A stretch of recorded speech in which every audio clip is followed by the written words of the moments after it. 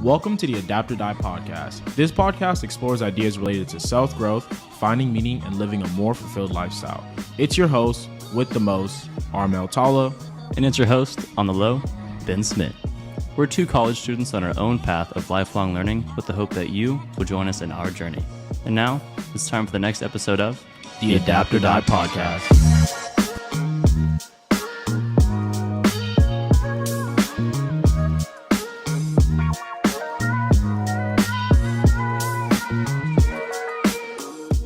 Welcome back. I am just super excited for this episode. You guys are probably going to be so tired of saying, Armel, each episode seems to be your favorite. When we come across it, I thought Bitcoin was, and Bitcoin is special to my heart, but this book is life-changing. Ben, introduce the book for us. Guys, today we are talking about 12 Rules for Life by Jordan Peterson. I'm super hyped to talk about this book. It has so many great ideas, so many enlightening things. I can't wait to get started. Anything else before we jump into it, Mel? For context, like he said, 12 Rules for Life by Jordan Peterson. Start off as his blog, turn into a book.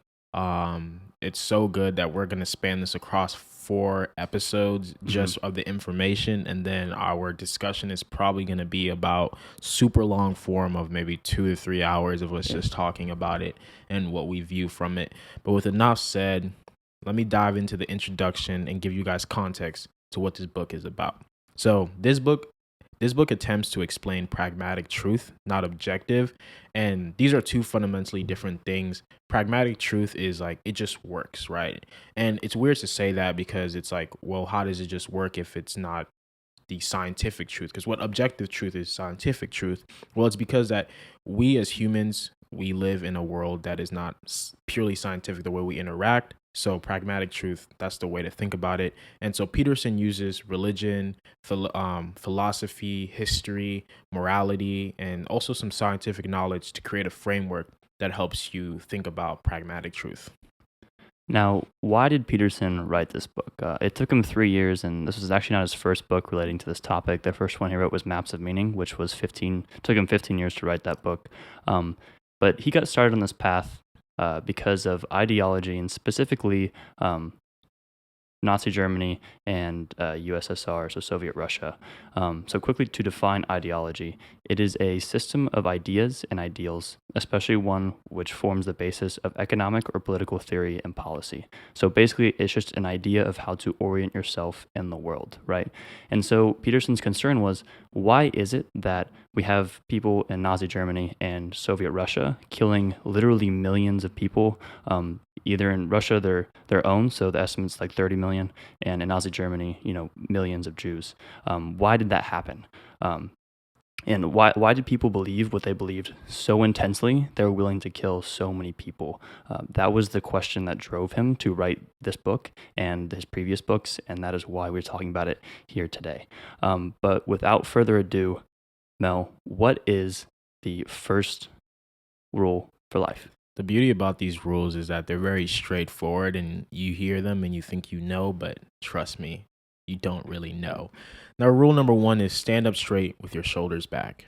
And so to begin with, he gives us this, comparison analogy to animals and specifically territory. So territory is very precious to animals, and that's because there's only a certain amount of organisms that can live and be supported in a certain area. So that means the better the territory, the better your chances of survival. And animals fight for these territories because, of course, you want to increase your chances of survival. And so one specific animal that we want to talk about is the lobster. The reason we're talking about lobsters is because their neurochemistry and their neural networks are very easy to map, and it's easy to draw extrapolations from them to humans because they're so easy to understand.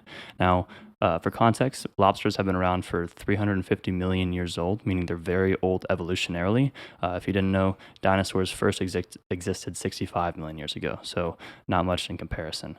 Now, what you have to understand is, like Mel was talking about with territory, there's only a certain amount of space is needed for lobsters to thrive, right? So only a certain amount of lobsters can fit in a certain amount of space. As a result of that, they have to fight for their territory.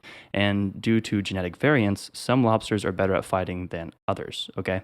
Now, when these fights occur, obviously some lobsters win and some lobsters lose. But there are some interesting effects of winning lobsters and losing lobsters. So winning lobsters, after they've won, they have high levels of serotonin, and losing lobsters actually have low levels of serotonin, so the opposite.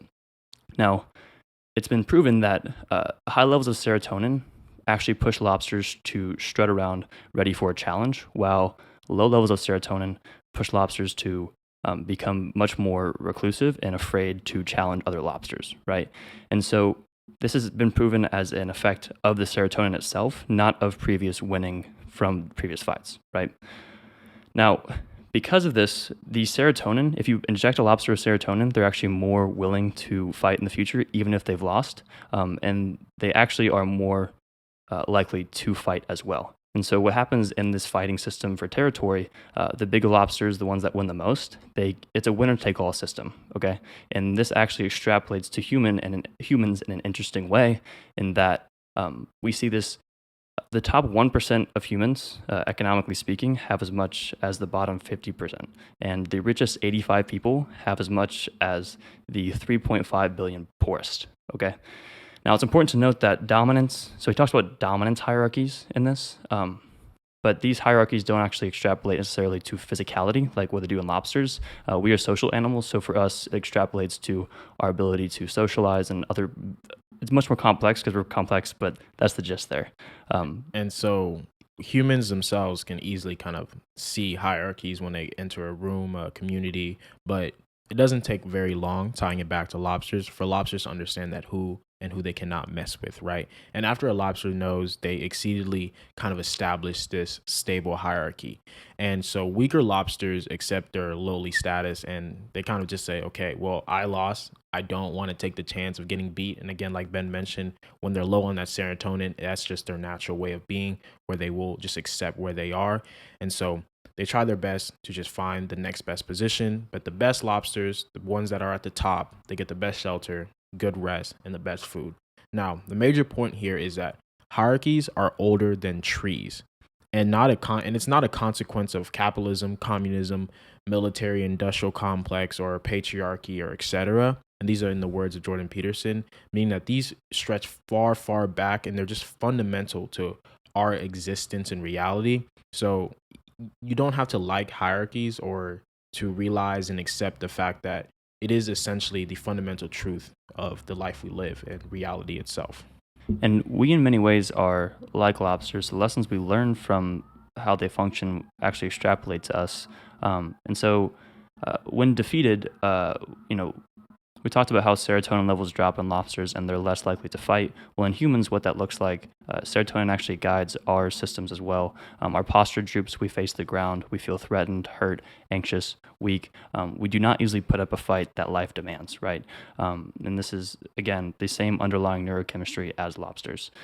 And so, one thing that's really interesting is that a lower spot on the quote unquote hierarchy of humanity correlates to less happiness, more pain and anxiety, more illness, and shorter lifespan, even when factors such as absolute income or a number of decaying food scraps are held constant.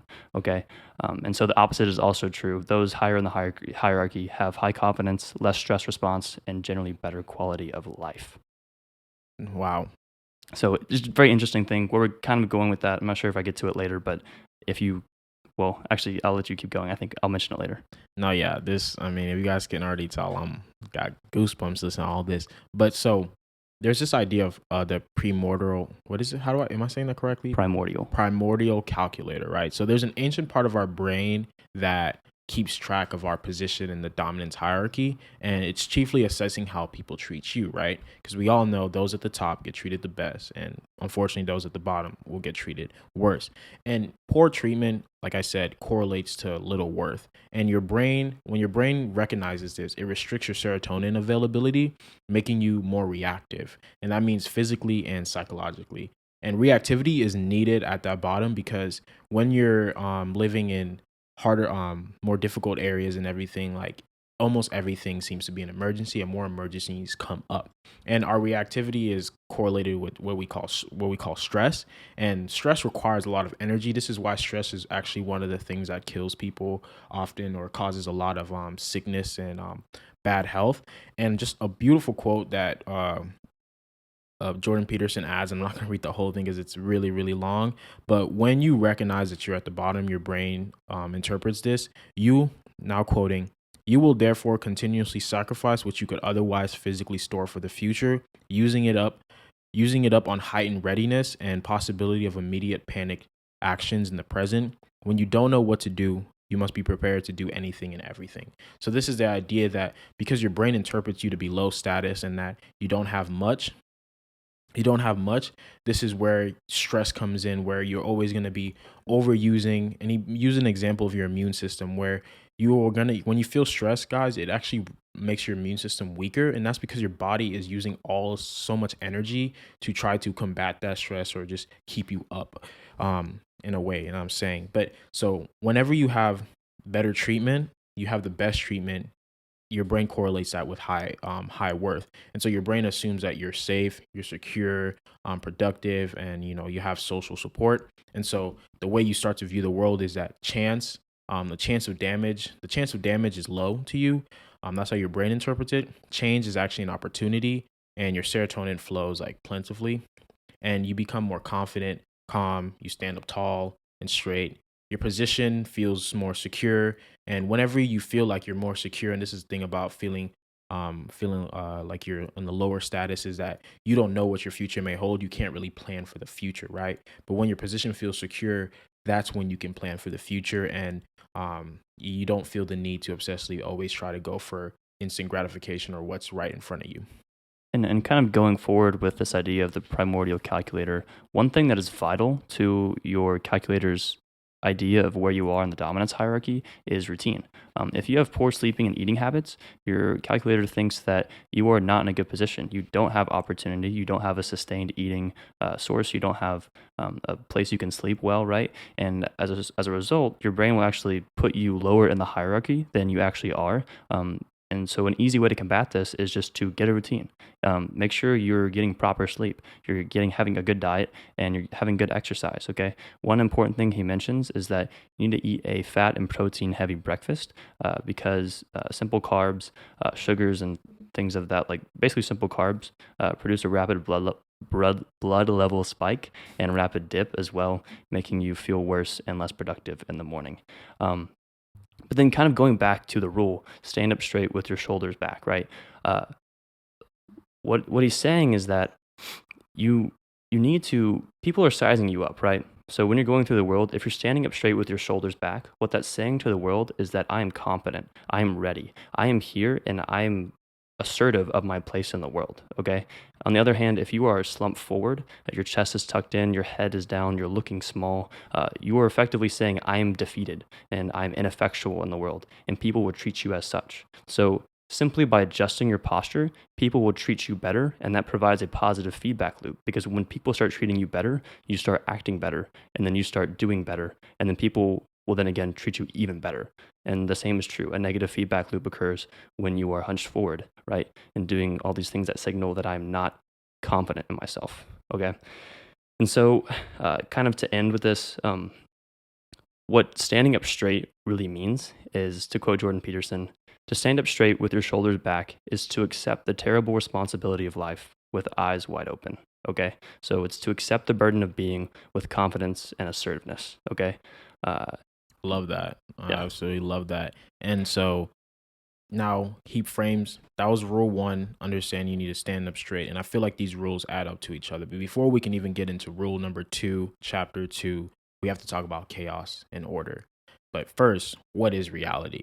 Now, objective reality constitutes of atoms, quarks, molecules, things that scientists can, as we said in our previous episode, can calculate the heavenly bodies moving, all that, right? But our experience is chiefly subjective. It's not objective. We don't live in the scientific world, even though that sounds contradicting. But we live in the way to think about it is like we live in a world of drama and fiction, and so Think about it like you're the main character of your life. You go through heartbreaks, death, illness, and no one else experiences it. You do, and you have all those experiences yourself in a subjective matter. So the meta reality constitutes of order, chaos, and consciousness. Consciousness is the process which meditates order and chaos. And to quote Jordan Peterson, it is our eternal subjection to the first two that makes us doubt the validity of existence, that makes us throw up our hands in despair, fail to care for others, fail to care for ourselves properly. It is proper understanding of the third that allows us the only real way out. And so that's saying that order and chaos by itself makes us very unstable and we aren't sure. But consciousness allows us to navigate both of those two. But what are order and chaos in our world of drama, as Jordan Peterson would say? Well, order is characterized actually as a masculine thing. And before you get defensive, let me explain for a couple minutes, because at first it took me off guard too. But order is the people around you act according to well understood norms. Okay. It is explored territory, it is social structure and familiarity. And the reason it is portrayed as masculine is because when you think of order, you think of the wise king, you think of the tyrant, you think of society, okay? It's not necessarily bad that it's masculine or good that it's masculine. It's just a framework by which we analyze order by, okay? So too much order is tyranny, it is oppression, okay? And that is what society is. It's telling you have to do all these things, and too much of telling you what to do allows you to do nothing, whereas a balance is more like the wise king. On the other hand, we have chaos. This is where or when something unexpected happens, okay? Now, this, as you might be able to guess, is characterized as the feminine. Now, why is the feminine? Well, it's really chiefly because I think women give birth, right? So they're bringing new people into the world. They're bringing novelty in the world. And it is only through chaos that we can find novelty, okay? So chaos is unexplored territory. It is simultaneously danger and possibility, okay? Chaos, too much chaos is dangerous. You can't handle it. It's overload. All right. But the right amount of chaos is possibility. It is novelty. It is ingenuity, technology, invention, right? So a good example of this would be Mother Nature. She's the giver of life, but she also contains unforgiving dangers. Okay. Yeah, I kind of mentioned all that. So kind of going from chaos and order, could you explain yin yang, the idea of Yes, that? yin yang are the perfect, or not the perfect. Let me say. I mean, in the perfect, it's the Taoism. Tao, yeah, Tao, It's you Taoism. actually pronounce it You Taoism. do? I Okay. looked it up because I kept saying I was like, is it Taoism or is it Taoism? Yeah. But in Taoism, there's the idea of yin yang, and if we're wrong, please comment below. But in Taoism, yin yang, you guys have heard this, the symbol of the two white and black kind of weirdly looking figures in a circle and a dot in the middle. Oh, it's actually right here, and I drew this myself. We've had it on the podcast for a while now. I'm an artist, let me tell you. But so yin and yang are actually two serpents, and they're head to tail. So one's head is biting the other tail, and so they're wrapped around. And so order is the white, and that's like the masculine serpent. Chaos is the black, that's the feminine serpent. And if you notice, the black, there's a black dot in the white and there's a white dot in the black, and this indicates the possibility of transformation. The way to think about it is just when things seem secure, the unknown can loom unexpectedly and large. But conversely, when things seem to be completely lost, new order can emerge from catastrophe and chaos. Don't know why I can't pronounce things. So this is really, to me, this really is hitting that it is impossible to create pure order or chaos no matter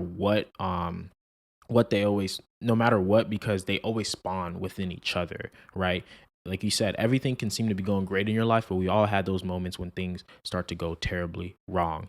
And so we don't want perfect order because that actually leads to stagnation. And so ultimately, we want to continue to progress. So we do need this balance of order and chaos. But how does this tie into finding meaning, Ben? Yeah. So what Jordan Peterson he points out is that meaningful engagement with the world means you have one foot firmly planted in order and one foot firmly planted in chaos, and that is balance. So what does that look like? Order is routine, it is security, it is what you know, it's what you've mastered. Chaos is you trying to expand yourself, your skills, you're looking for possibility, growth, adventure, right? And when you've found the proper balance between order and chaos, we actually find this state called flow. We talked about this in Art of Impossible, but time flows fast because you have the right balance of understanding something new, but also having elements of that understanding be totally, completely new to you, and you're expanding your knowledge and expanding your skill set. Okay.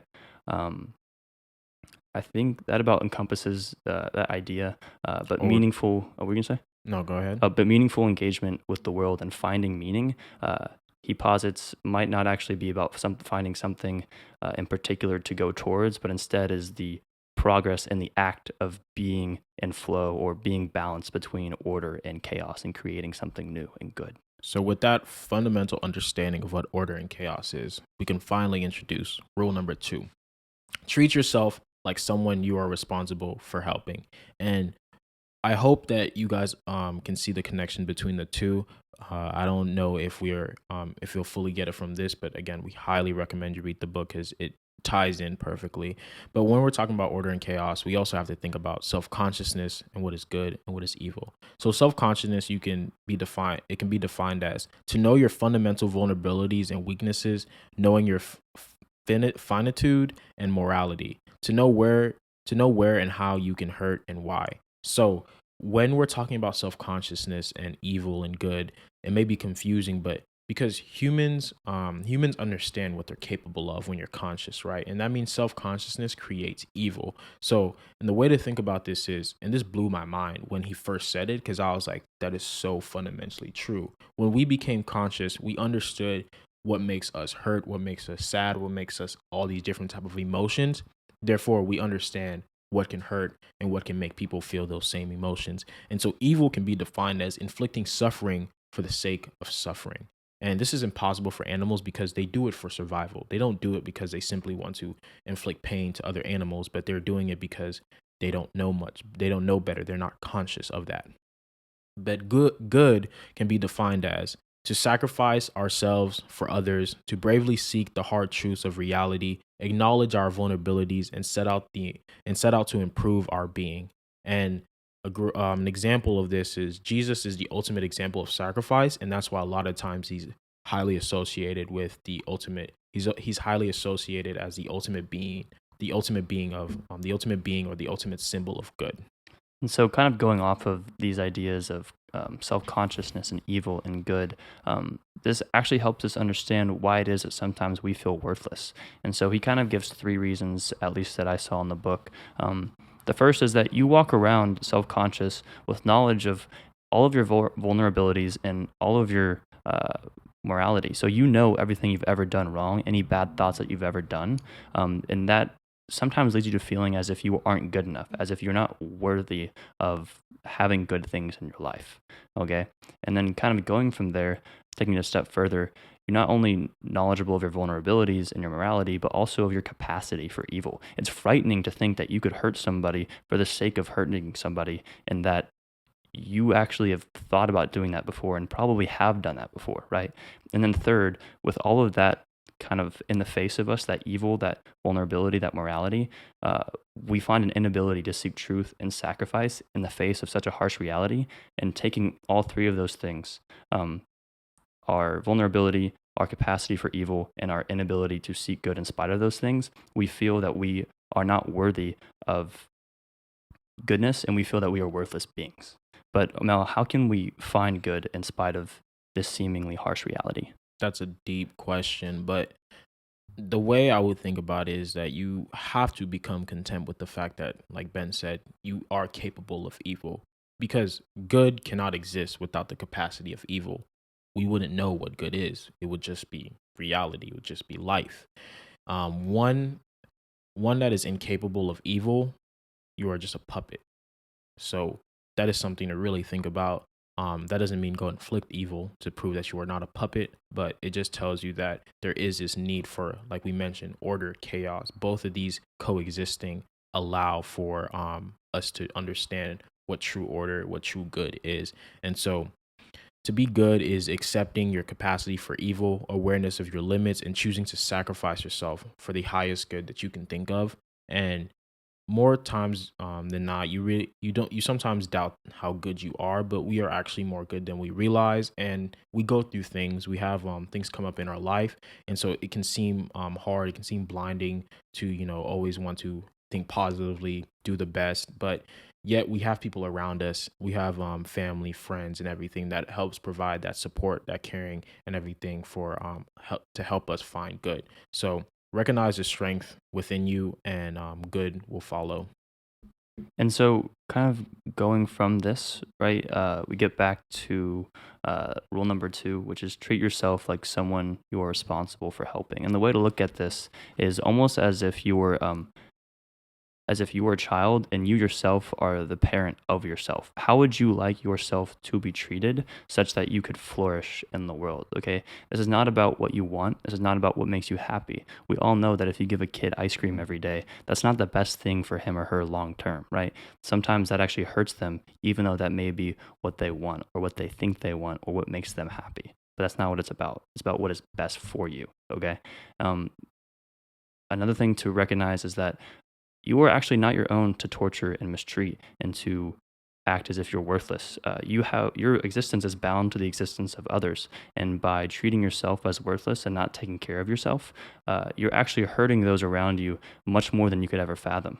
I know a lot of people who put themselves below others and try to push up others, but the truth is, if you can't take care of yourself, you are doing more harm to the world than you could ever imagine, and more so even if you were still trying to make everyone else around you better. Okay. And so, one question you might ponder is, what might my life look like if I were taking care of myself properly? Okay. Remember, you deserve respect and proper treatment from yourself. Consider the benefits that I just touched on.